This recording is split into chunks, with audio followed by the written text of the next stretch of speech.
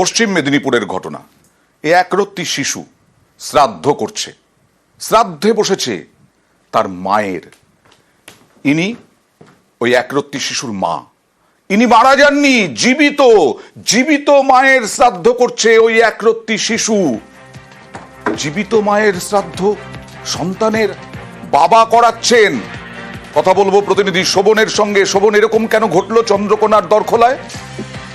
অনন্ত, দেখো, যেটা জানা যাচ্ছে পরিবার সূত্রে যে ওই যে শিশু যে ছাত্রে বসেছে জীবিত মায়ের, তার মা হচ্ছে গত 6 এপ্রিল একটি অন্য পুরুষের সঙ্গে পালিয়ে যায়, এমনটাই পরিবার সূত্রে জানা গেছে। এবং তারপর মিসিং ডায়েরি করা হয় থানায়, কিন্তু এখনো পর্যন্ত তার মায়ের কোনো খোঁজ মেলেনি। এবং তাকে ফোনেও যোগাযোগ করা হয়, কিন্তু তার ফোন সুইচ অফ পাওয়া যায়। তারপরেই কিন্তু বারে বারে ওই শিশু যে তার মাকে খুঁজতে থাকে, পরিবারের সদস্যদের কাছ থেকে মায়ের ব্যাপারে জানতে চায়, কিন্তু তারা কোনো সদুত্তর না দিতে পেরে অবশেষে শিশুকে বোঝানোর জন্যই এই শ্রাদ্ধের আয়োজন করা হয়। এবং মানে জীবিত মায়ের শ্রাদ্ধ দিয়ে দিলেন, এবং ওই শিশু তো আর নিজে নিজে করেনি, বাবাই তো ইন্ধন জুগিয়েছেন। এটা কি ঠিক করলেন? কি বলছেন ওই ভদ্রলোক? পরিবারের যেটা দাবি, যে যেহেতু শিশু তার মাকে খুঁজে পাচ্ছে না, তাকে তার মায়ের কাছে নিয়ে যেতে পারছে না, বা মাকেও তাকে খুঁজে আনতে পারছে না, সেই কারণে শিশুকে বোঝানোর জন্য যে তার মা আর কোনোদিন ফিরবে না, সেই কারণে তাই এই শ্রাদ্ধের আয়োজন করে, যাতে শিশুর মধ্যে সেই বিশ্বাস জন্মায় যে তার মা মারা গেছে এবং তার মা আর কোনোদিন ফিরবে না, এবং তার জন্যই শ্রাদ্ধ শান্তির আয়োজন করা হয়। এবং এই ঘটনার পরে অবাক হয় যারা গ্রামবাসী এবং এলাকাবাসী, তারাও অবাক হয়। কিন্তু পরিবারের এবং শুধুমাত্র তারাই নয়, মেয়ের পরিবারের সদস্যরাও কিন্তু এই শ্রাদ্ধে উপস্থিত ছিলেন। অর্থাৎ যে পালিয়েছে তার মায়ের বাড়ির লোকেরাও এই শ্রাদ্ধে উপস্থিত ছিলেন, এবং দুই পরিবার মিলেই কিন্তু পরিবার মিলে এই জীবিত মায়ের শ্রাদ্ধ দিয়ে দিল। ছেলেটা মামা করে প্রচুরই কান্নাকাটি করছে, তাকে ভুলানো যাচ্ছে নি, খাওয়া দাওয়াও করছে নি। আর সেই জন্য আমাদের বাড়ি থেকে সিদ্ধান্ত নিতে হলো যে একটা কিছু করতে হবে। সেই জন্য আমরা শ্রাদ্ধ শান্তি তাকে দিয়ে করিয়ে দিলাম, যাতে ও বোঝে, যে জানে যে আমার মা নাই, আসবে না, মারা গেছে। ছেলের প্রতি সে বলেই দিয়েছে যে আমার মায়া নাই, আর নাই। সেই জন্য আমরা এটা লিখতে বাধ্য হলাম। হ্যাঁ, একটা ছেলের সাথে চলে গেছে, সেখানে আমরা গেছিলাম, সে ফিরবে না, কোনো ছেলের প্রতি দাবি নাই, সে লিখে দিয়েছে।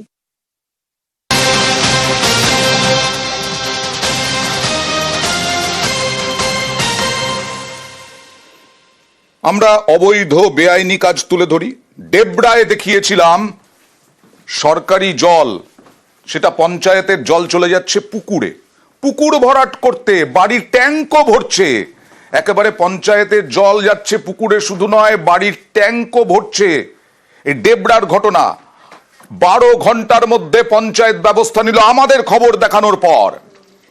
সরকারি প্রকল্পের জল এটা, সেই সরকারি প্রকল্পের জল দিয়ে ট্যাঙ্ক ভরা হচ্ছিল, এসে কেটে দিলেন কর্মীরা ওই লাইন। আমরাই দেখিয়েছিলাম এই খবর। ডেবরায় সরকারি প্রকল্পের পাইপলাইন থেকে বাড়ির ট্যাঙ্কে জল, কোথাও কলের মুখে পাইপ বসিয়ে পুকুরে জল, মাছ চাষের জন্য পাইপলাইন থেকে জল। 12 ঘন্টার মধ্যে ব্যবস্থা পঞ্চায়েতের। এলাকাবাসী থেকে অভিযোগ আসার ফলে গ্রাম পঞ্চায়েত থেকে আমাকে একটা অর্ডার করা হলো। এখানে যেটা ডাইরেক্ট লাইন ছিল ওইটা ডিসকানেক্ট, এটা ডাইরেক্ট লাইনটা বন্ধ করে দেওয়া হয়েছে।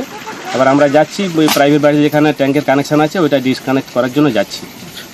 আর ব্যক্তিগতভাবে তাহলে কেউ ব্যবহার করতে পারবে না? আর একদম, আর ব্যক্তিগত ব্যবহার করতে পারবে না।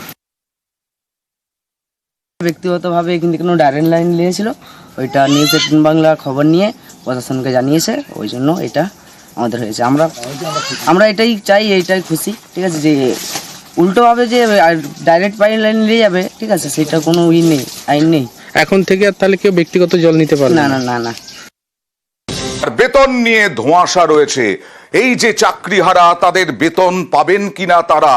বেতন যে বাকি রয়েছে সেই বেতন, মাইনে আইনি পরামর্শ নিচ্ছে রাজ্য, কারণ এই মাইনে দিলে পরেই আদালত অবমাননা হবে না তো। এই নিয়েই আইনি পরামর্শ নিচ্ছে রাজ্য এখনো পর্যন্ত। স্কুল শিক্ষা দপ্তর যা জানাচ্ছে, চলতি মাসেও কাজ করেছেন চাকরিহারারা, মাইনে দিলে আদালত অবমাননা হবে কি? ধোঁয়াশায় আইনি পরামর্শ নিচ্ছে রাজ্য।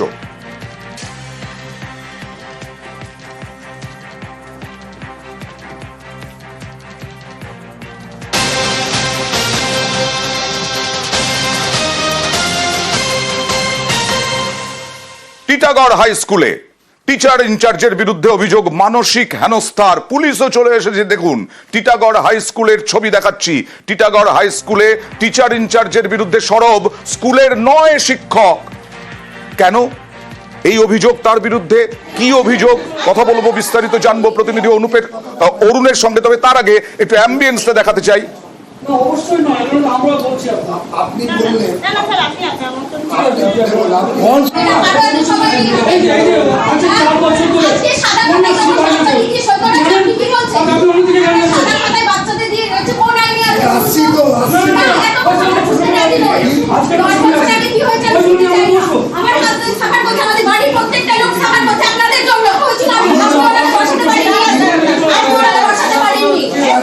আচ্ছা, এবারে অরুণের সাথে কথা বলি। টিচার ইনচার্জ হীরক বড়ুয়ার বিরুদ্ধে কি অভিযোগ?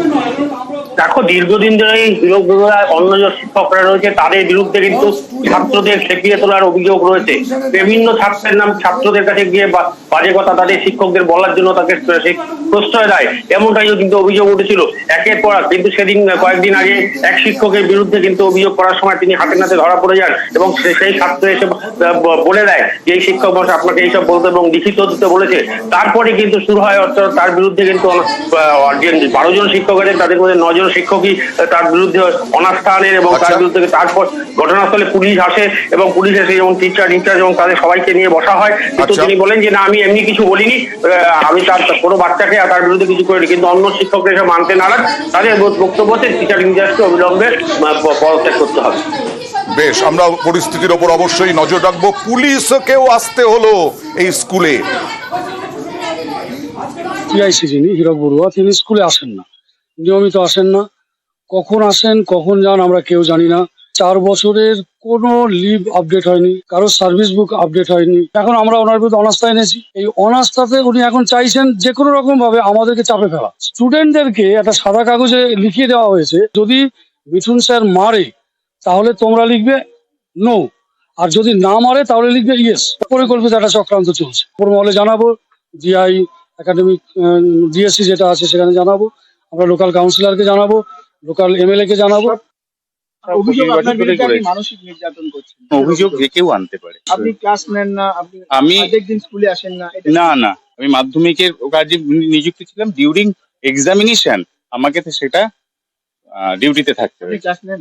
কেন ক্লাস নেবো না? নিশ্চয়ই নি। আমার একাডেমিক যেভাবে আমাদের রুটিন করা আছে সেইভাবে। আমার কাছে প্রথম প্রায়োরিটি হচ্ছে ছাত্র। ছাত্ররা তো বঞ্চিত হচ্ছে এই অচল অবস্থা থাকে। অচল অবস্থা তেমন কিছুই হয়নি। আজকে পরীক্ষা হয়েছে, সবই নিত্য হয়েছে। একটা ডিআই ইনকোয়ারিতে এসেছিলেন, ভিজিট করেছেন, একটা কর্পোরাল পানিশমেন্ট নিয়ে সমস্যা হয়েছিল, আমি সেদিন অ্যাবসেন্ট ছিলাম, সেটা নিয়েই সমস্যা হয়েছে। যেহেতু ডিআই ইনকোয়ারিতে এসছে, এখন আমি যেহেতু অ্যাবসেন্ট ছিলাম, আমি তো তাকে আটকাতে পারি না।